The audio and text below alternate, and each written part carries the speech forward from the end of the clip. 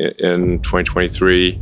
The magnitude of that recession is debatable, but I think it's at least a light to moderate recession. Potentially, it's on the order of 2009. So I think it's wise to kind of like prepare for the worst, hope for the best, prepare for the worst. Don't get too adventurous. Like watch out for margin debt. Like I would really advise people to not have margin debt in a volatile stock market. And from a cash standpoint, keep powder dry. You can get some pretty extreme things happening in a down market. Like Brett Johnson, who was a CFO, who is a CFO of SpaceX, was at Broadcom in 2000, and he said that, and that's a good company making good products. And he said from peak to trough, I think in less than 12 months, Broadcom went down 97%. So like even if you had a small margin loan there, you got crushed. It subsequently recovered, and I think to much higher levels. But if there's like mass panic in the stock market, then you got to really be careful about margin debt. Greetings and welcome back to Market Empire. What do you make of his actions? Describe your thoughts in the comments. Elon Musk occasionally visits Chamath Palihapitiya, despite being the world's richest man and the founder of many multi-billion-dollar corporations. He only listens to podcasts that address the economy. In his last 2 guest appearances, Elon has predicted a recession that will be significantly worse and stay longer than most anticipate. He anticipates that it will not be resolved until mid-2024. Elon explains to investors how they should think about the economic slump and where they should seek investment opportunities. At the conclusion of the video, this is just, as we know, the economy is cyclic. So we're somewhat overdue for a recession. And my best guess is that, we have sort of stormy times for a year to a year and a half, and then things start to, dawn breaks roughly in Q2 24. If I were to get, that's like my best guess. Recessions don't, like booms don't last forever, but neither do recessions. And it's a 14-year boom, so a 6-quarter recession seems like that might actually balance out. The last time it was 4 or 5 quarters, so it's not easy. Hey, the Twitter files. How much longer are these going to go on? Where do you think the economy is headed right now? Do you think we're in a recession, or is it just a risk? How do you assess our current economic situation? Well, predicting macroeconomics is always difficult, and one should assign probabilities to these things. But ironically, I did last year. People asked me what I think about the economy. I said, well, I think we might enter a recession in approximately spring of 2022. Called it. Nailed it. Now the thing is that recessions are not necessarily a bad thing. I've now been through a few of them, and what tends to happen is if you have a boom that goes on for too long, you get misallocation of capital. It starts raining money on fools, basically. It's like any dumb thing gets money, and I'm sure you've seen a few of those. So at some point it gets just out of control, and you just have a misallocation of human capital, where people are doing things that are silly and not useful to their fellow human beings. And then those companies, there needs to be sort of an economic enema, if you will, to have everyone sort of shift uncomfortably in their seats. But I'm sorry, it's just I'm visualizing it. The economic enema. I mean, listen, it's got alliteration. This too shall pass. This too shall pass. Eventually, the economic enema does its job. It clears out the pipes, if you will. Yes. and sort of the bullshit companies go bankrupt, and the ones that are doing useful products are prosperous. But there's certainly a lesson here that if one is making useful product and has a company that makes sense, make sure you're not running things too close to the edge from a capital standpoint, that you've got some capital reserves to last through irrational times. Because in the past, when there's been a recession, it has gone. It's amazing. It's flipped like a light switch. I mean, David, do you remember this from the PayPal, ex-PayPal days, when we raised $100 million in March of 2000, and we had the demand was so high, we had people like VCs like just literally without even a term sheet wiring money into our account. We'll send the term sheet later. they literally would like sleuth out our bank account number and wire money in. And we're like, where'd this come from? And it's like, so it was like there was literally fire hosing money in March of 2000. And then in April 2000, the market went into free fall, and it went from raising money was trivial to even good companies could not raise money in a month. So it's just important to bear in mind like that, PayPal almost went bankrupt in 2000. We came close. But thankfully we'd raised that $100 million in March 2000, without which we'd be in game over basically. And we kind of saw it coming. So it's like we got that the X-Confinity merger done in like 3 weeks and raised $100 million because we were like, we see this coming to an end pretty soon. And then a month later, it was like, a nightmare basically. Anyway, so it's just important to make sure if you're a healthy company, you got some capital to get through things. And then what's your costs? And if it is a recession, which more likely than not, it is a recession. I'm not saying it is, but it probably is.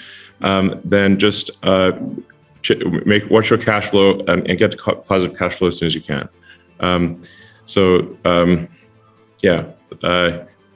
But I think we probably are in a recession, and that recession will get worse. But these things pass, and then there will be boom times again.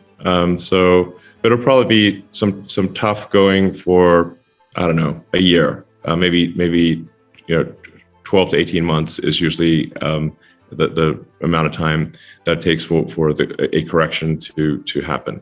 Right. I mean, what do you guys think? Yeah. Obviously. So it's like the government can't just have issue checks far in excess of revenue without there being inflation. Velocity of money held constant. So unless there's something would change with velocity of money, but it's just if the federal government writes checks, they never bounce. So that is effectively creation of more dollars. And if there are more dollars created, then the increase in the goods and services output of the economy, then you have inflation. Again, velocity of money held constant. This is very basic. This is not like super complicated. And if the government could just issue massive amounts of money and and deficits didn't matter, then why don't we just make the deficit 100 times bigger? Okay, yeah. The answer is you can't, because it will basically turn the dollar into something that is worthless. So. And various countries have tried this experiment multiple times. It's not like, I wonder what happens if this is done. Yeah. Have you seen Venezuela? Like the poor people of Venezuela have been just run roughshod by their government. And so obviously you can't simply create money. The true economy is very important. Like the true economy is the output of goods and services. It's not money. It's literally, what is the output of goods and services? Money is simply a way for us to, or anything that you call money, is a way for us to conveniently exchange goods and services without having to engage in barter, and also to shift obligations in time.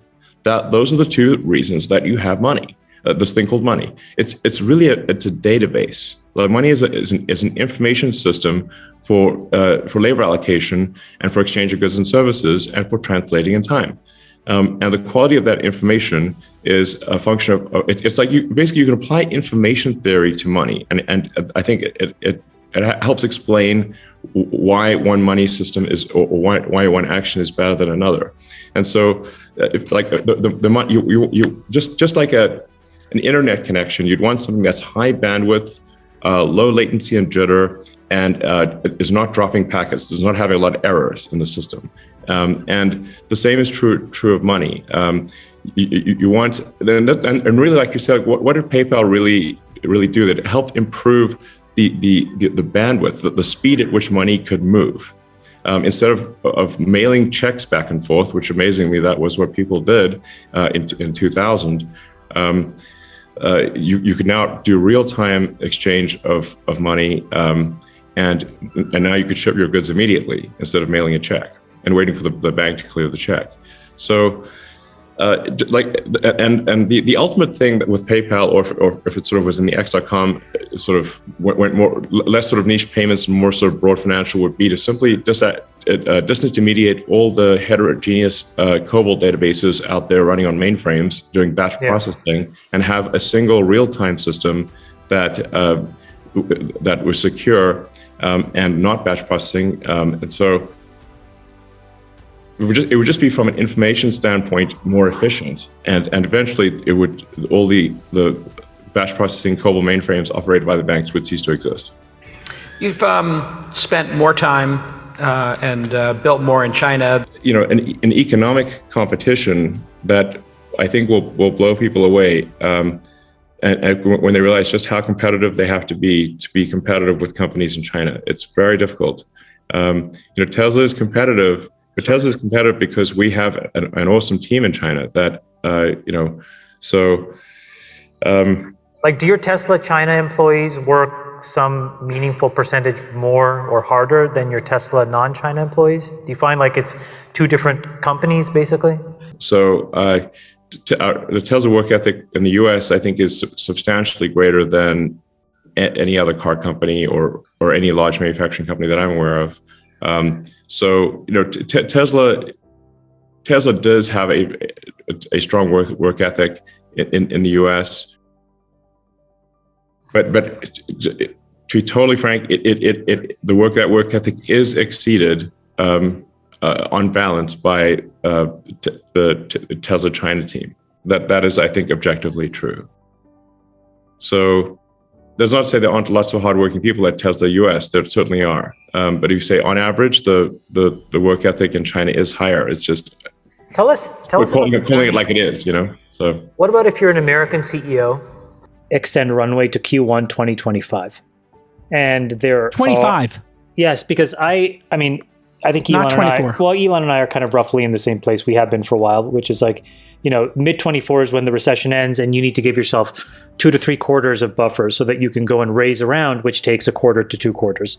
And once you start to get escape velocity out of a recession, having money through end of Q1 2025, I think is a minimum requirement. And, of the companies that I think were the most precariously position, there was 5 of them that got their acts together and really did it. But these are all CEOs of companies that, if you said them, you would know some of them. But I do agree with David. I think the CEO that bit the bullet, so maybe publicly what I would say is, the CEO of Klarna deserves a huge, medal for having the courage to do it before anybody else did. The CEO of Checkout.com just took a huge write down. These CEOs are making sure their companies survive. Friedberg, best CEO 2022. Friedberg, best investor for you 2022. Same. I had Druckenmiller. I indicated that he's been doing interviews pretty much every quarter for the last 2 years, and he's been pounding the table, telling everyone what's going to happen, and it all happened. And he even told people the trades in mid-2021. He said he was short long-dated treasuries, and he was long commodities. And if you had put those 2 trades on at that time and held them to today, you would have made a fortune. And so I think he's extraordinary in his ability to kind of see macro in a way that others don't, but also to take extremely brave action with his portfolio. He's renowned for how big the bets are that he makes, and how quickly he can change his mind when he's wrong and make another big bet and still get himself out of the hole. He's incredible. So I definitely give it to Stanley Druckenmiller this year. We appreciate your decision to watch the video. We appreciate you watching Market Empire. Please leave your opinions in the space below.